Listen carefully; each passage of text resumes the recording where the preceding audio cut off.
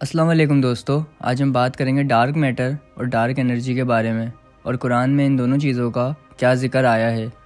نظر آنے والی کائنات بشمول زمین، سورج، دوسرے ستارے اور کہکشائیں پروٹون، نیوٹرون اور الیکٹرون کے ایک ساتھ ملنے سے بنی ہیں۔ شاید 20ویں صدی کی سب سے حیران کن دریافتوں میں سے ایک دریافت یہ تھی کہ یہ عام مادہ کائنات کی کمیت کا 5% سے بھی کم حصہ بناتا ہے۔ بقیہ کائنات ایک پراسرار پوشیدہ مادے سے بنی دکھائی دیتی ہے جسے ڈارک میٹر کہتے ہیں، اور ایک ایسی قوت جو کشش ثقل کو پیچھے ہٹاتی ہے جسے ڈارک انرجی کہا جاتا ہے۔ سائنسدانوں نے ابھی تک ڈارک میٹر کا براہ راست مشاہدہ نہیں کیا۔ یہ عام مادے کے ساتھ کوئی حرکت نہیں کرتا، اور یہ روشنی اور الیکٹرو میگنیٹک ریڈیشنز کی دیگر شکلوں سے مکمل طور پر پوشیدہ ہے، جس سے ڈارک میٹر کا موجودہ حالات سے پتہ لگانا ناممکن ہے۔ لیکن سائنسدانوں کو یقین ہے کہ یہ کہکشاں پر ہونے والے کشش ثقل کے اثرات کے ہونے کی وجہ سے موجود ہے۔ مثال کے طور پر آج کی فزکس کے مطابق گھومنے والی اسپائرل گلیکسی کے کناروں پر موجود ستاروں کو کہکشاں کے مرکز کے قریب کے ستاروں کی نسبت بہت سست سفر کرنا چاہیے، جہاں پوری کہکشاں کا مرکز ہونے کی وجہ سے گریوٹی زیادہ ہوتی ہے۔ لیکن مشاہدات سے پتہ چلتا ہے کہ ستارے کم و بیش ایک ہی رفتار سے مدار میں گردش کرتے ہیں، چاہے وہ گلیکسی میں کہیں بھی موجود ہوں۔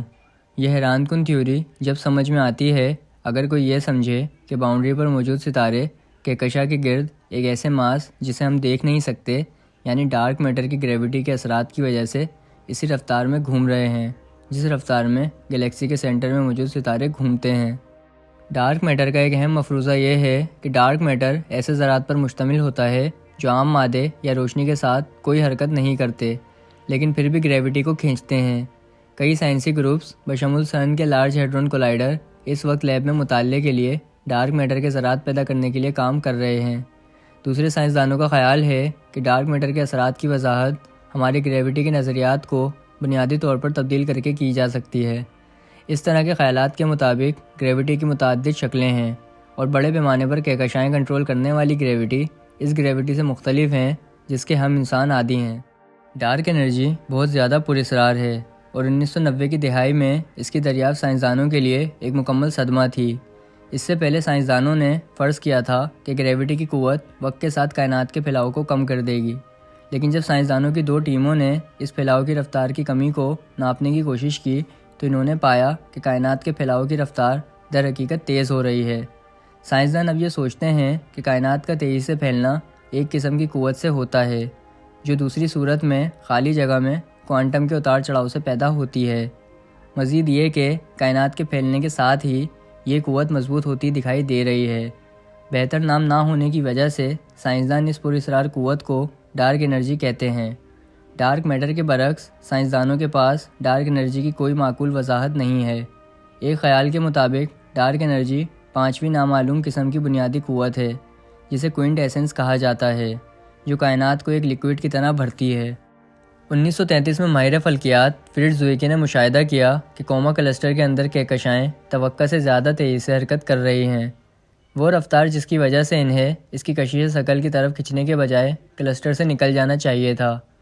کچھ سال بعد آسٹریلوی ماہر فلکیات کین فریمن نے دیکھا کہ گیس بڑے فاصلوں پر بہت کم مواد ہونے کے باوجود کہکشاؤں کے گرد ایک ہی رفتار سے زیادہ فاصلے پر گھوم رہی ہے۔ ویرا روبن نے بھی کئی کہکشاؤں کے کناروں پر ستاروں کے ساتھ یہی حرکت ہوتے دیکھی۔ ڈارک انرجی کے بغیر کائنات بہت پہلے اپنے آپ میں سمٹ چکی ہوتی، تاہم یہ سب قرآن میں دریافت ہونے سے 1400 سال پہلے اللہ تعالیٰ نے بیان فرما دیا تھا۔ خدا وہی تو ہے جس نے ستونوں کے بغیر آسمان جیسا کہ تم دیکھتے ہو اتنے اونچے بنائے، پھر عرش پر جا ٹھہرا اور سورج اور چاند کو کام میں لگا دیا۔ ہر ایک میعاد معین تک گردش کر رہا ہے، وہی دنیا کے کاموں کا انتظام کرتا ہے۔ اس طرح وہ اپنی آیتیں کھول کھول کر بیان کرتا ہے کہ تم اپنے پروردگار کے روبرو جانے کا یقین کرو۔ اللہ تعالیٰ نے آسمانوں کو بغیر ستونوں کے بلند کیا، جسے آپ دیکھ سکتے ہیں۔ ستونوں کا کام گریوٹی کے خلاف کام کرنا ہے، یعنی کہ ستون کے ہونے سے ایک عمارت اپنی جگہ کھڑی رہتی ہے۔ آج ہم جانتے ہیں کہ ڈارک انرجی بھی گریوٹی کے خلاف کام کرتی ہے، پوشیدہ ہے، اور اس نے کائنات کو پھٹنے سے روکا ہوا ہے۔ قرآن کہتا ہے کہ اللہ کے بغیر کائنات ختم ہو جاتی۔ اللہ تعالیٰ سورہ فاطر کی آیت 41 میں فرماتا ہے، بے شک اللہ آسمانوں اور زمین کو اپنے نظام قدرت کے ذریعے اس بات سے روکے ہوئے ہے کہ وہ اپنی اپنی جگہوں اور راستوں سے ہٹ سکیں، اور اگر وہ دونوں ہٹنے لگیں تو اس کے بعد کوئی بھی ان دونوں کو روک نہیں سکتا۔ بے شک وہ بڑا بردبار، بڑا بخشنے والا ہے۔ اللہ ہی ہے جو آسمانوں کو مٹنے سے بچا سکتا ہے۔ آج ہم جانتے ہیں کہ اس ڈارک انرجی کے بغیر کائنات بہت پہلے ہی غائب ہو چکی ہوتی۔ امید کرتا ہوں کہ آپ کو آج کی ویڈیو پسند آئی ہوگی اور ڈارک میٹر اور ڈارک انرجی کے بارے میں کچھ نیا سیکھنے کو ملا ہوگا۔ اگر آپ کو یہ ویڈیو پسند آئی ہے تو پلیز لائک اور سبسکرائب کریں۔ شکریہ۔